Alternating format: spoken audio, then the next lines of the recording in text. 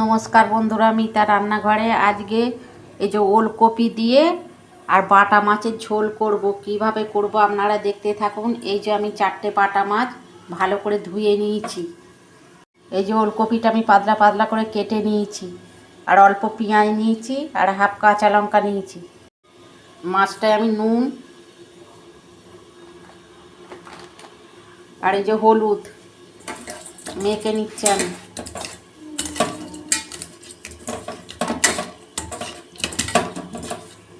এই যে কড়াই তেল দিচ্ছি, আমি মাছটা ভাজবো, বাটা মাছটা। এই যে তেল গরম হয়ে গেছে, এই মাছটা ভেজে নেব।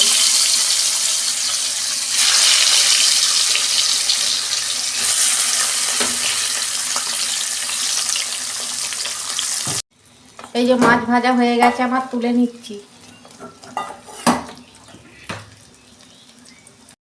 দেখেছেন এই যে ওলকপিটা একটু ভেজে নিচ্ছি।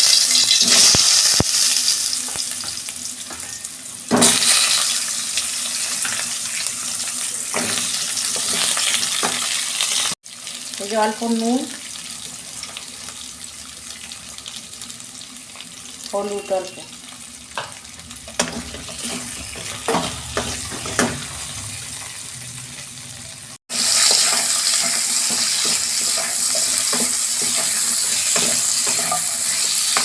এই যে ওলকপিটা আমি ভেজে নিয়েছি, এই যে তুলে নিচ্ছি। ওলকপিটা একটু না ভাজলে না কাঁচা গন্ধ দেবে। তেল আছে, আমি আর অল্প তেল দিচ্ছি।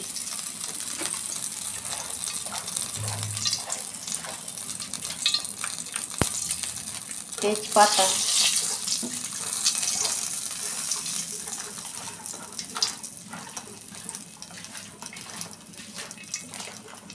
গোটা জিরে,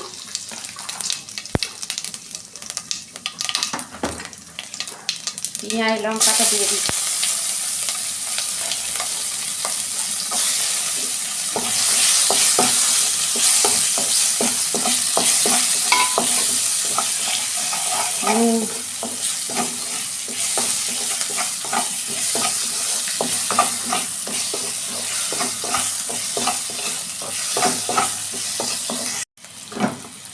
অল্প আদা বাটা দিচ্ছি। এটা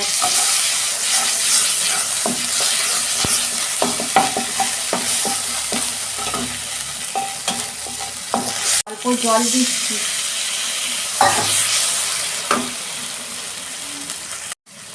জিরে গুঁড়ো 1 চামচ দিচ্ছি।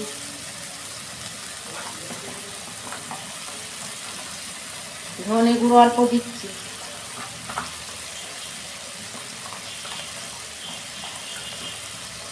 হলুদ দিচ্ছি ছোট চামচের 1 চামচ। এই যে ঝাল লঙ্কার গুঁড়ো ছোট চামচের 1 চামচ।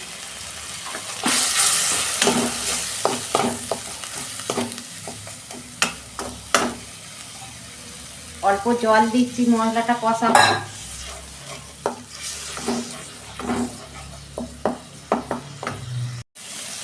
এই যে মশলা কষানো হয়ে গেছে, আমি ওলকপিটা দিয়ে দিচ্ছি।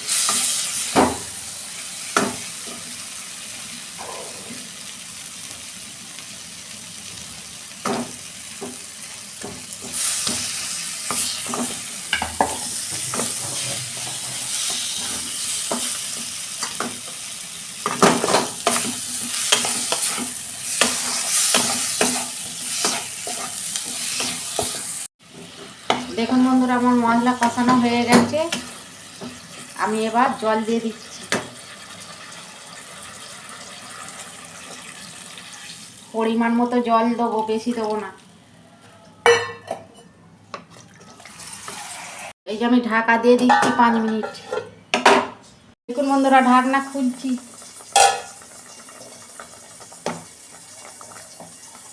দেখুন ওলকপি সিদ্ধ হয়ে গেছে।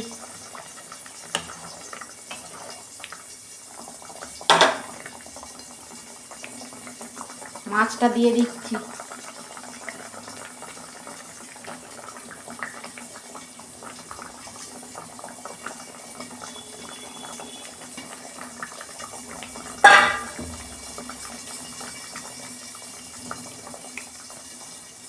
আর 2 মিনিট আমি ঢাকা দেবো।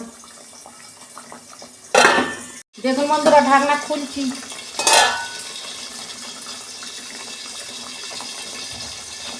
এই দেখুন ওলকপি গলে গেছে।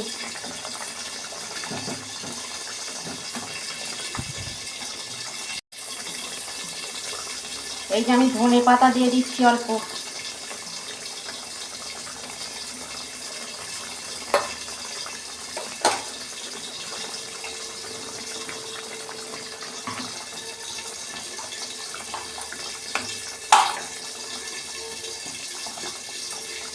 ছোট চামচের 1 চামচ গরম মশলা দিয়ে দিচ্ছি।